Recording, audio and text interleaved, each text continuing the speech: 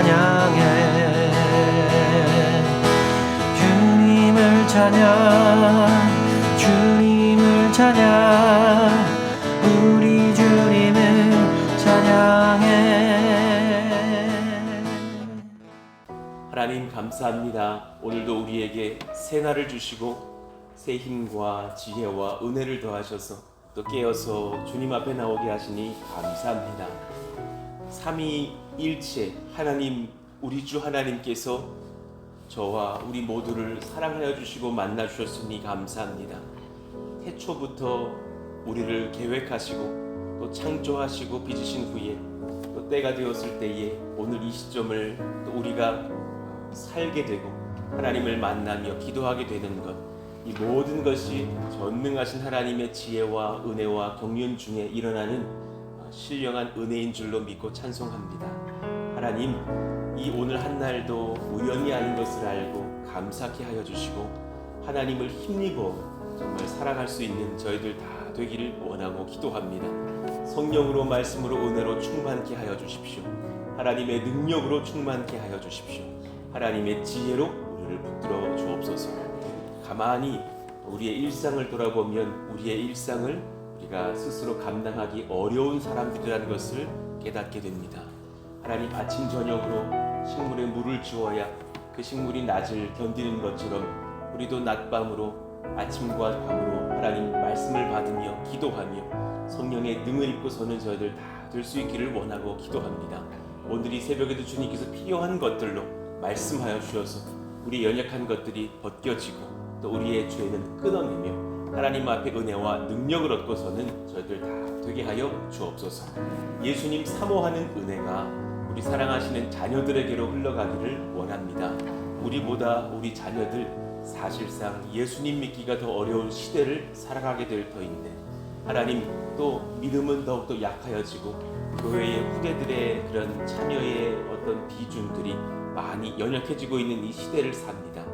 긍휼히 여겨주셔서 우리 사랑하시는 아들, 딸들, 손자, 손녀들 또 그들이 함께하고 살아가는 사위와 며느리들에게도 만나주셔서 예수님 잘 믿는 후대가 일어나게 하여 주시고 성령 말씀 지혜능력 은사로 충만한 예수의 은혜를 입고 사는 그런 믿음의 사람들로 하나님께서 인도하여 주시옵소서.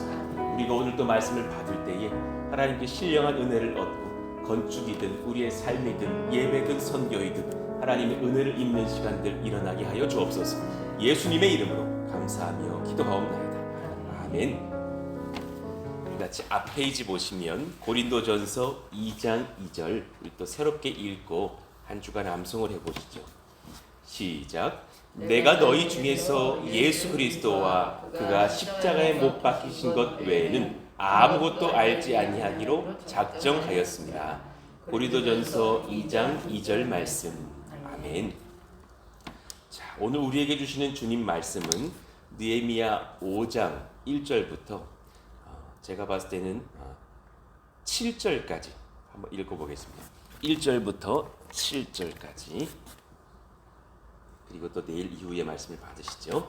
우리 느헤미야 5장 1절에서 7절 한 절씩 교독합니다. 그때의 백성들이 그들의 아내와 함께 크게 부르짖죠. 그들의 형제인 유다 사람들을 원망하는데 어떤 사람은 말하기를 우리와 우리 자녀가 많으니 양식을 얻어먹고 살아야 하겠다 하고 어떤 사람은 말하기를 우리가 밭과 포도원과 집이라도 저당 잡히고 이 흉년에 곡식을 얻자 하고 어떤 사람은 말하기를 우리는 밭과 포도원으로 돈을 빚내서 왕에게 세금을 바쳤도다.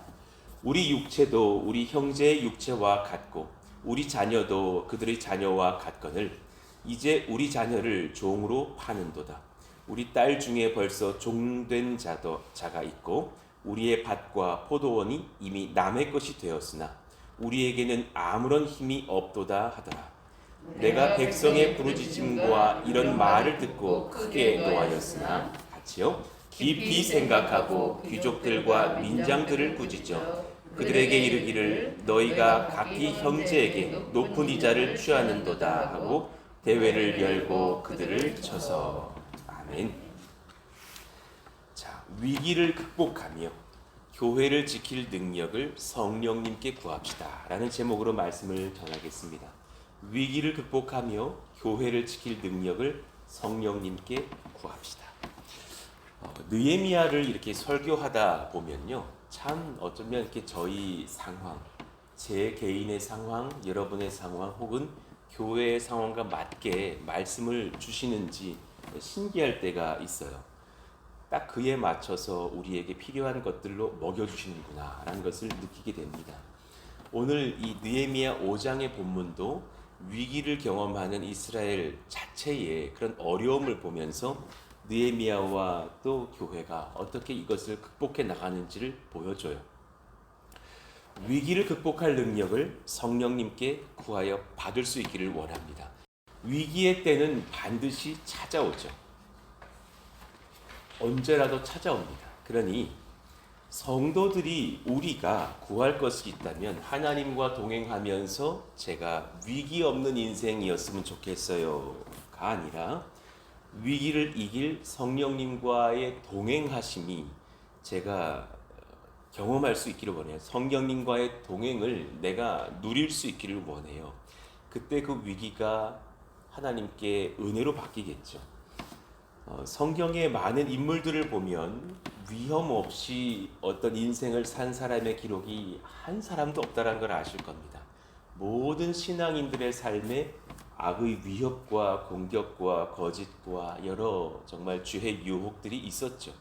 그때마다 그것을 이기고 서서 죽음을 불사하고서라도 우상 숭배를 거절하기도 했던 다니엘과 세 친구도 있었고, 또 여러 상황 중에서 생명을 걸고 투쟁해야 했던 많은 사람들이 있음을 압니다. 가만 보면 기독교인이기 때문에 위기가 옵니다. 아십니까? 진짜 적당히 살면 위기 안 옵니다. 그렇죠? 근데 정말 예수님 잘 믿으려고 하면 위기가 오더라라는 거죠. 그러니 사실 돌아볼 때 은혜를 사모할 수밖에 없게 되는 지점을 봅니다. 돌아가신 고 종필도 목사님, 참 제가 사모하는 목사님 중에 한 분이셨는데, 그분이 늘 강조했던 것이 은혜죠. 은혜가 있어야 돼요. 은혜가 있어야 돼요. 그분 말투 기억나십니까? 약간 흘리시는 은혜가 있어야 돼요 이러시잖아요. 막 그 말씀 기억나세요? 그 마음 안에 막 그 울림이 있는 거예요. 저희 교회가 주님 다른 거 바라지 않아요. 은혜를 허락해 주세요. 수영로 교회 짓기 전에 그 해운대 바다 앞에 가셔가지고 은혜를 달라고 기도했더니 수영로 교회를 그 해운대 바다 앞에 짓기도 하셨다라는 말씀도 들으면서 하나님 은혜가 넘치는 교회가 되기를 원합니다. 기도하는 그 목사님의 가르침처럼 저도 기도하게 되는 거예요. 저는 여러분에게 이 한 가지를 축복해요. 은혜가 넘치는 인생 되기를 축복합니다. 은혜가 넘치는 가정 되기를 축복합니다. 우리 교회가 은혜가 넘치는 교회가 되기를 원합니다. 그러니 우리 사역자분들 은혜를 구하시기를 원합니다. 은혜가 넘쳐야 그 설교에 아이들이 반응합니다. 그 은혜가 넘쳐야 아이들이 성장하는 것을 볼 것입니다. 은혜가 넘쳐야 그 아이들의 부모님과 함께하는 가정들이 변화되고 성장도 합니다. 은혜죠.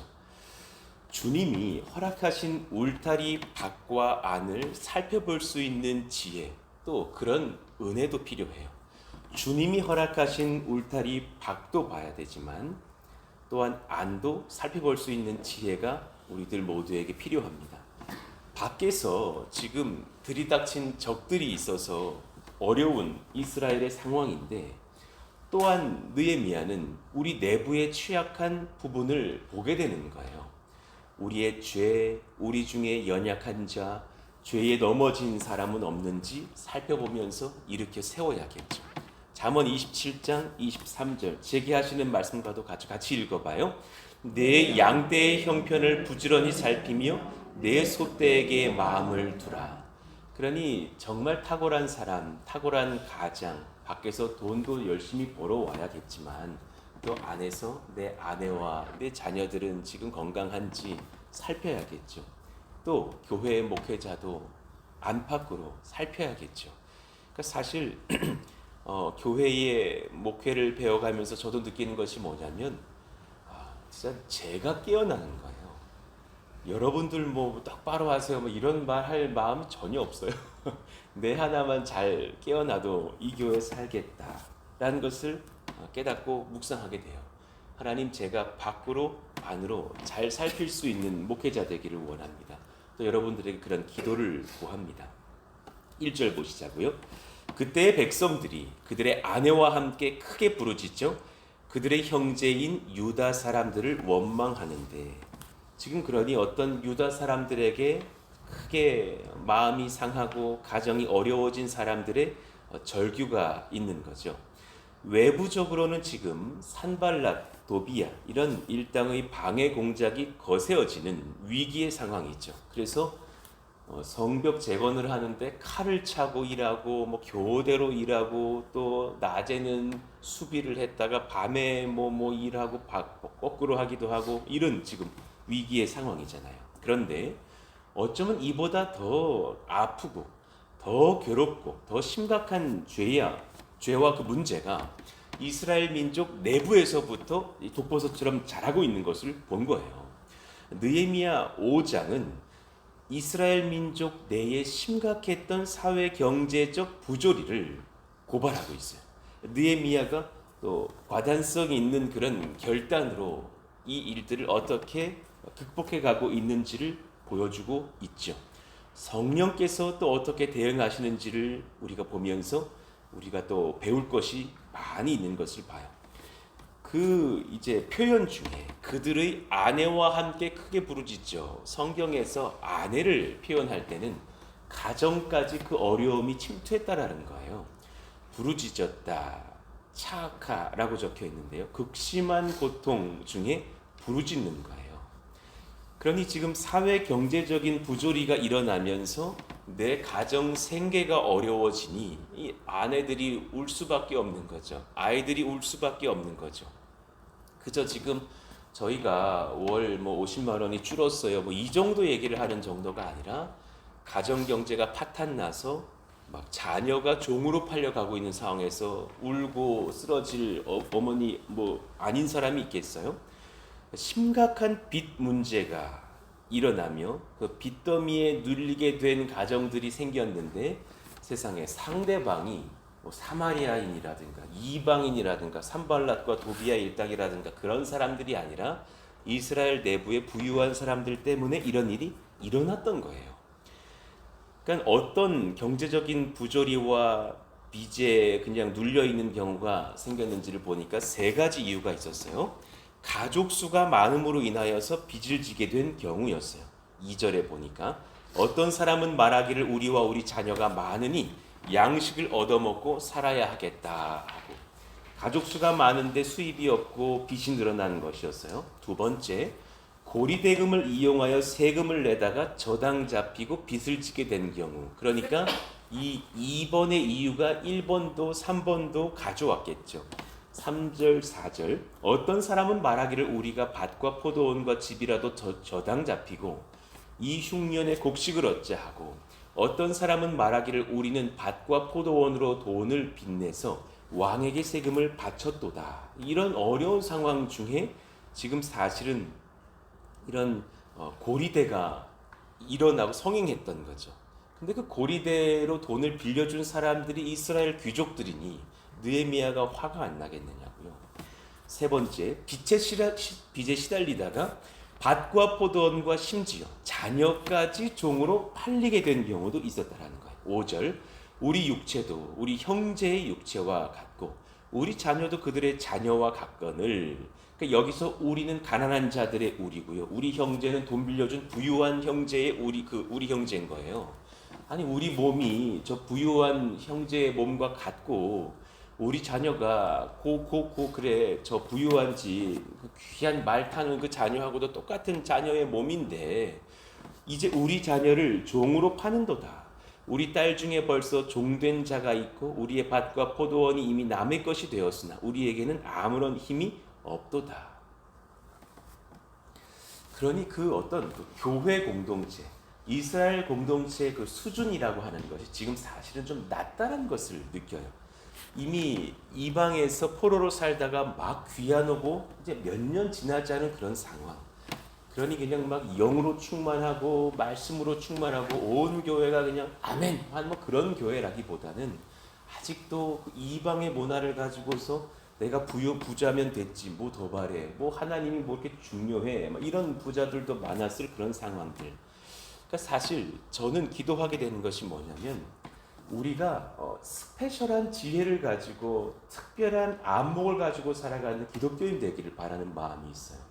특히나 우리 교회 지금 막 성장세에 있는 교회 이제 200명 안팎으로 성장하고 있는 이런 상황 중에서 저와 여러분들 그냥 적당한 성도가 아니었으면 좋겠고 특별한 지혜와 특별한 사랑을 구하면서 하나님 앞에 잘 준비된 교회가 되기를 예수 이름으로 축원합니다. 그런 저와 여러분들이 되어서 남다름을 보여줄 수 있는 교회여야겠다 생각을 하는 거예요. 왜 분당 우리 교회 이찬수 목사님 말씀 종종 들어보면은 여러분 뭐 이렇게 뭐 주택 이렇게 월세 주시는 분들이요 부유하신 분들이요 그분들에게 이렇게 막 당부하시는 설교하시는 거예요. 지금 이 어려운 시국에 월세 낮추시라고 그냥 값없이 좀 주시라고. 그게 여러분들의 그건 주님이 원하시는 마음 아니겠느냐고. 왜 저를 파송해 주셨던 김인중 목사님의 설교하실 때 주일에는 택시 좀 타고 오시는데 거스름돈 받지 마시라고. 그래서 내리실 때마다 예수님 믿으세요라고 하면서 예수님 전도하면서 내리시라고. 그 말씀 기억나거든요. 저도 부목사 시절에 2년마다 이사 가면서 막 안산 땅이 그 당시 막 폭등을 하는 거예요. 우리 막 가진 돈은 얼마 없는데 전세 비용이 너무너무 올라가서 우리 막 아내랑 갈 데가 없다 막 그러는데 저희를 품어주셨던 어느 권사님 가정이 저희한테 6년 동안 100원도 올리지 않으시고 사실은 그 전세 그 집을 허락해 주셔서 얼마나 감사했는지. 정말 몇 년 동안의 집이 딱 고정이 되니까 정말 목회하기가 평안해지는 거예요. 그냥 아이들 열심히 신방해도 되고 또 아이들 집으로 초대해가지고 뭐 밥도 먹여주고 했던 기억들이 나요. 그때 이렇게 길 가다가 그 집주인을 만나면 아유 뭐 월세 다 올랐는데 누가 봐도 알거든요. 이거 형편없는 가격이라는 걸 제가 알거든요. 이래도 되시나요?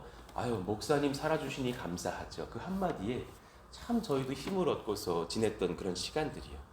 우리가 지금 단지 이득 때문에 살 인생일까? 아니면 조금 손해보더라도 하나님 앞에서 많은 사람들을 품어가면서 살아가야 될 인생일까?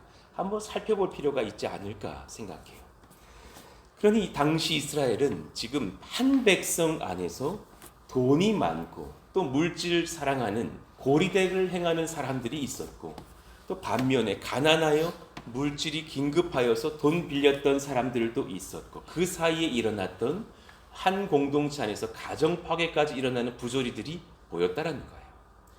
지금 느헤미야는 얼마나 힘들까. 사실 느헤미야 마음이 되게 공감이 되고 이해가 되는 거예요. 바깥에 일도 많은데 안에 일도 터졌으니 얼마나 고독하고 외로울까. 자, 우리 2번 봅시다. 교회는 늘 성도들을 사랑으로 살피며 분별의 눈으로 깨어 있어야 합니다. 사실 그 교회라 말할 때 교회 지도자들의 눈도 그래야겠죠. 지금 사실 이 설교 저를 향한 설교고 우리 교회 리더십들을 향한 말씀도 될 것이에요. 주께서 교회의 지도자들에게 분별력을 주셔야 합니다. 우리 모두도 그러하기를 원하지만 특히나 이 부족한 저를 위해서 또 저와 또 세워진 여러 팀장님들 또 우리 장로님 또 우리 셀 리더분들 이런 분들을 위해서도 기도해 주셔야 할 줄로 압니다. 한 조직이라도 다양한 형편의 사람들이 있습니다. 아주 그냥 특심의 신앙 갖고 있는 분도 있지만 오늘 막 처음 예수 믿고 아니면 아직도 예수님을 잘 모르지만 가족의 권유로 예수님 믿으려고 나아보신 분도 계실 것이고 아주 부유한 사람도 있으시겠지만 정말 오늘 내일 생계를 고민하는 사람도 있으실 겁니다. 한 조직이라도 선한 자가 있고 또 악한 자도 있습니다. 아주 그냥 착한 사람, 누가 봐도 저분은 법 없이도 살겠어 하는 분도 있지만 마음에 여러 가지 그냥 죄가 꿈틀꿈틀대는 사람도 제가 본 적이 있어요. 그냥 겉으로는 멀끔한데 속에는 그냥 막 여러 죄악들이 꿈틀꿈틀거리는 사람들을 마주할 때도 있는 거예요. 특히나 가장 어려운 거죠. 제가 거기다 빨간색으로 적어놨어요. 사람보다 돈을 위하는 자들이 많은 공동체는 병들게 마련입니다. 여러분 정말 깨어 계시기를 원합니다. 정말 돈이 얼마나 중요한 시대예요. 특히나 이 고덕 얼마나 돈이 중요한 시대고 그런 지역입니까? 날마다 땅값이 올라가고 얼마 전에 미국 대통령이 헬기 타고 왔다고 해서 그날 500이 올랐다면서 그날 하루에 막 땅값 500이 치솟았다고 뭐 공장 부지 앞쪽으로 엄청 올랐다고 뭐 심지어는 삼성이 이제 당연리를 다 노리고 있다고 막 그러던데 그만 좀 노리셨으면 좋겠어. 그럴 만큼 우리는 지금 이제 그만 올랐으면 좋겠어. 성도들이 난 좀 집을 얻으셨으면 좋겠어. 계속 올라 그냥 너무너무 오르는 거예요. 이것이 옳지는 않구나라는 생각이 드는 거죠. 이 사람보다 돈을 위하는 지역, 돈을 위하는 공동체가 되면 사실은 아픔이 있고 병든 것도 생기게 마련이죠. 하나님을 섬긴다고 하면서 돈 앞에서 쉽게 부정하는 자들 있습니다. 여러분 그러하지 않으시기를 원합니다. 하나님은 분명히 보고 계십니다. 정직하게 살려 하지만 생계가 점점 어려워지고 고난 중에 있는 자들도 있습니다. 이 모두를 우리가 두루두루 잘 살피고 또 돌보고 때로는 깨닫게 하고 회개기도 해야 되겠죠. 그럼 6절 봅시다. 내가 백성의 부르짖음과 이런 말을 듣고 크게 노하였으나 그랬어요. 이런 아픔들을 듣고 느헤미야가 지금 사실은 분노했어요. 지금 이 분노하는 그 표현 있잖아요. 노하였으나 똑같은 단어가요. 산발락과 도비야가 분노했다라는 표현에도 쓰여 있어요.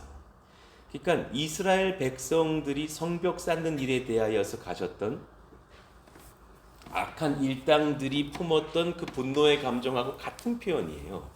거기 제가 적어놨잖아요. 4장 7절 산발락과 도비야와 뭐 여러 사람들 악한 자들이 예루살렘 성이 중수되어 그 허물어진 틈이 메꾸어져 간다함을 듣고 심히 분노하여 거기서의 표현과 이 느헤미야의 노하였으나가 똑같은 단어입니다.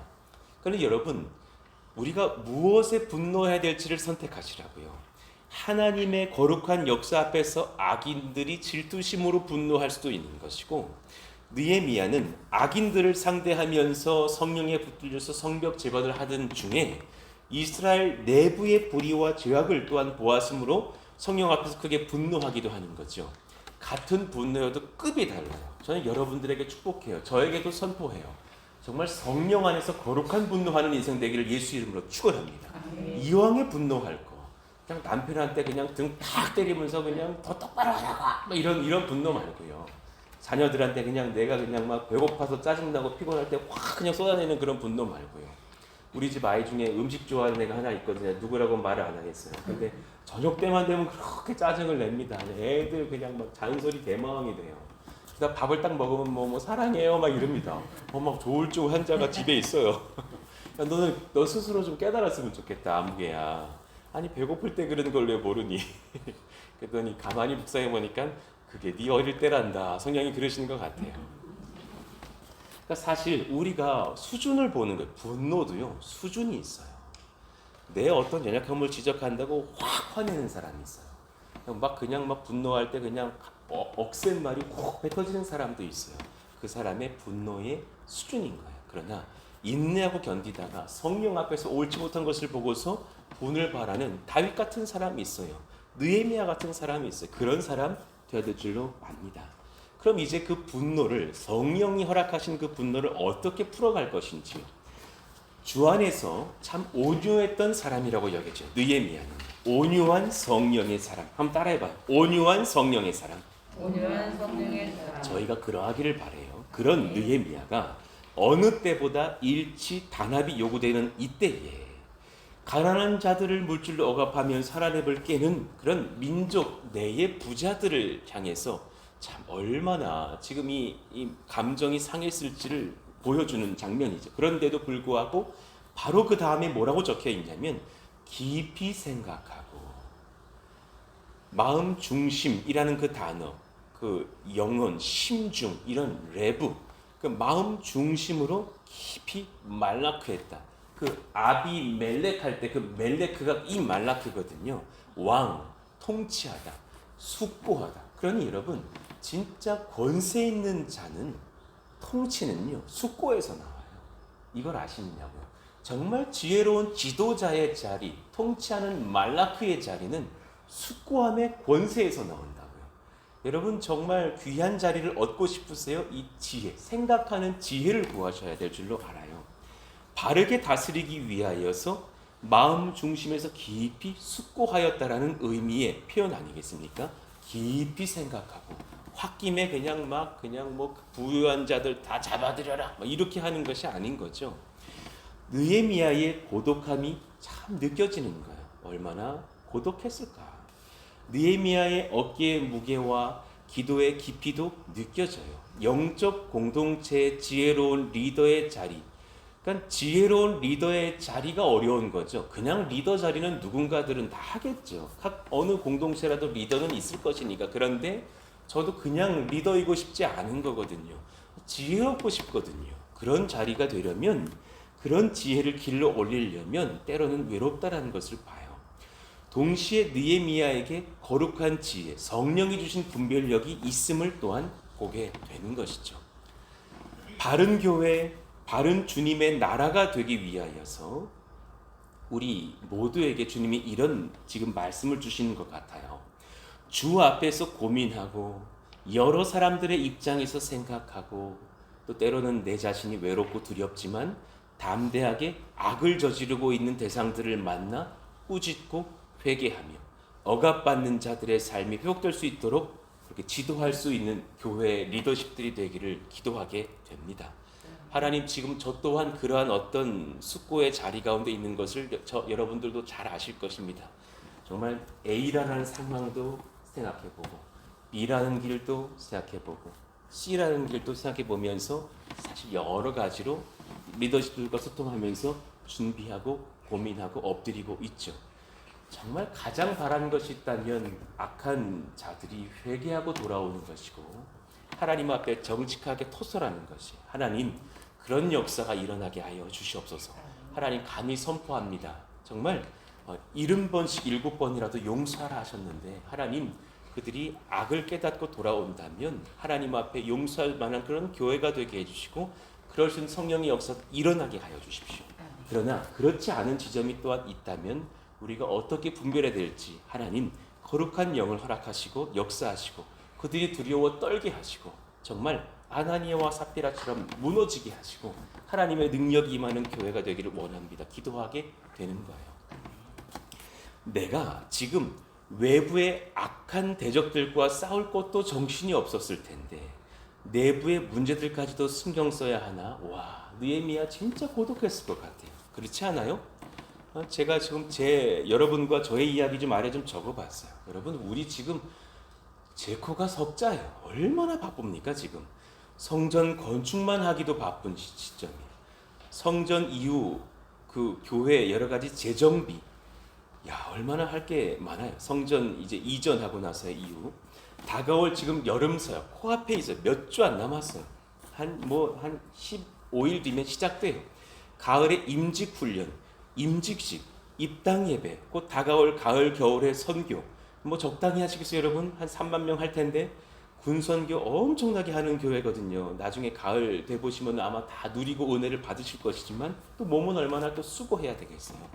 또 사역자들 새롭게 또 연말 연초 또 새롭게 재정비하고 포지션도 변화를 줘야 될 때라면 변화를 주고 할 것이 너무너무 많은데 지금 공사 중에 또 어떤 돈에 대한 유용권에 대한 이야기들로 우리가 같이 아파하면서 악한 죄에 대하여서도 단돌해야 되는 이 상황. 와, 지금 바깥으로도 뭐 할 일이 많은데 안으로도 이런 죄를 보다니 저도 참 고독한 거예요.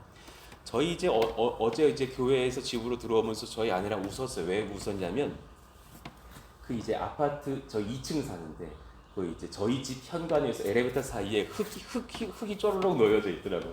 저 흙이 당연히 흙이겠구나 느껴지는 거예요. 하도 공사장 왔다 갔다 하니까 여러분도 아마 집에 최근에 흙 좀 많아지고 계시지 않습니까? 요 밑단에 이렇게 흙들이 다 묻어 있지 않습니까? 그렇죠?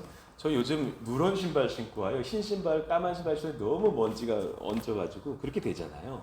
그러니까 우리끼리 웃는다는 거야. 아이고, 흙이 많이 있다. 당연히 흙이 고독으로 오고 있구나. 막 이러면서 웃었다니까요.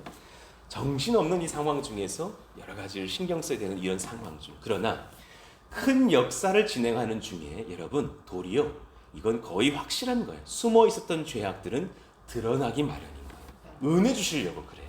이거는 거의 수순이 맞아요. 큰 역사를 진행하는 중에 도리어 숨어 있었던 죄악들이 드러나기 마련이에요. 자, 아래 문장을 좀 봐봐요. 중요한 영적 도약의 시기, 여러분 깨어 계셔야 돼요. 우리 사랑하는 우리 부사역자님들, 우리 교육자분들이요, 내 부서가 막 흥왕해요. 내 요즘 설교도 잘 되는 것 같아요. 아이들이 나를 보는 눈빛이 초롱초롱해요. 그때 조금 지나자면 아이의 죄 하나가 딱 드러나요.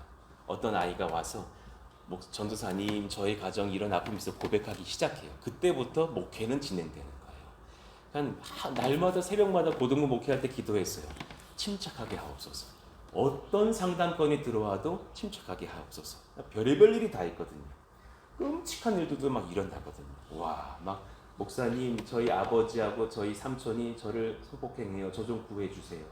이런 전화 한번 딱 받으면요, 막 심장이 벌렁벌렁 거립니다. 그래서 어려운 그 현장에서 아내랑 같이 가서 막 빼내가지고 아내 손에 맡겨서 아이 옷 다 갈아입히고 신발도 안 신고 뛰어나오고 별의별 일이 다 있습니다. 얼마나 가슴 아픈 현장인지. 그래서 아가씨 여교사 좀 이렇게 좀 결혼 늦어지신 아가씨 여교사 집에 그 아이 기거시키면서 막 그렇게 옷도 막 사입히고 뭐 생필품 갖다 넣어주고 했던 기억 나거든요. 이런저런 어려운 일 속에서 이 수순이 있더라고요. 은혜의 수순, 죄를 보게 하시는 수순, 그 죄를 넣고 같이 씨름하면서 성령 구하게 하시는 수순, 회복되는 수순, 더 큰 은혜를 누리는 수순, 이 순서대로 올라가게 되는 것을 봐요. 여러분의 가정에 어떤 죄가 드러났다고 해서 이게 웬일이야, 충격이야, 하나님 미워요, 그럴 것이 아니라 어떤 큰 역사를 위한 도약 지점에 있구나라는 것도 분별하시기를 바라요. 거의 예외 없이 묵었던 죄악들이 그런 은혜의 도약 시점에 드러납니다. 예배의 부흥, 함께 예배를 섬기던 자의 연약한 자리사랑이 드러났던 2년, 3년 전의 일들이 추억이 돼요. 그래 막 은혜 가운데 예배가 신설되었더니 그 예배 인도 자리를 두고서 막 욕심을 품는 어떤 사람의 마음도 드러났던 기억이 나요.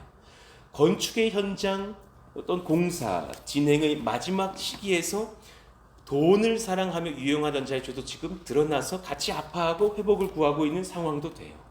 청년들이 지금 얼마나 뜨거워요? 다음 세대 회복의 은혜 앞에서 얼마나 지금 은혜가 넘쳐요? 그런데 자기 사랑의 죄악, 이기심에 섞인 소수 연약한 청년들의 행동들도 지금 제가 보면서 접근하고 있는 것이 있단 말이죠. 부흥의 때마다 거의 항상 그러했고, 때로 목회자는 외롭고, 때로 각성하고 있는 깨어있는 청년들, 리더들, 권사님들, 중보팀들은 외로워요. 그렇지라도 때가 되면 팔을 걷어붙이고 악한 영을 상대로 말씀과 기도로 성령님을 힘입어 싸워야 합니다. 여러분 절대적으로 기억합시다. 사람과 싸우지 맙시다. 아멘. 그 악한 영과 상대하자고요. 사람은 우리가 끝까지 용서할 준비를 하되, 그러나 악한 영과는 상대하고, 그리고 악한 영에 붙들린 죄인과는 상대될 줄로 압니다. 하나님, 그런 은혜가 저희에게 부어지게 하여 주옵소서. 그럼 이제 우리가 어떤 분별력으로 나아갈까? 그것은 내일 또 말씀을 드리겠습니다. 하나님 앞에 그런 은혜를 구하면서, 하나님 정말 꽃길만 걷고 싶은 교회이지만 때로는 아픔이 찾아옵니다. 때로는 어려움을 겪습니다. 지금 산발랏 도비아 일당 맡기도 정신이 없는데 내부 분열이 일어나서 가난한 자들이 원망을 하는 그런 눈물의 절규를 듣고 느헤미야도 아파합니다. 그런 상황들이 저희 교회도 있는지 모르겠습니다. 이런 모든 상황 중에 우리 가정, 우리 교회 하나님께 맡기고 분연히 일어설 수 있는 거룩한 분별력과 성령의 역사를 허락하여 주옵소서. 같이 하나님 앞에 주여 부르짖고 기도합니다. 주여! 하나님 감사합니다. 하나님, 이런 신령한 은혜들을 우리가 같이 겪고 정말 꽃길만 얻고 싶죠. 행복하기만 하고 싶죠. 그러나 그런 상황일수록 때로는 어려움도 겪고 아파하고 하나님 앞에 엎드려지는 시간들을 경험합니다. 성령이 기름 부어주셔서 은혜를 더하시고 성령을 더하시고 사랑을 더하시고 하나님 도와주시고 인도해 주옵소서. 성령의 은혜와 말씀을 얻고서는 저에게 되기를 원합니다.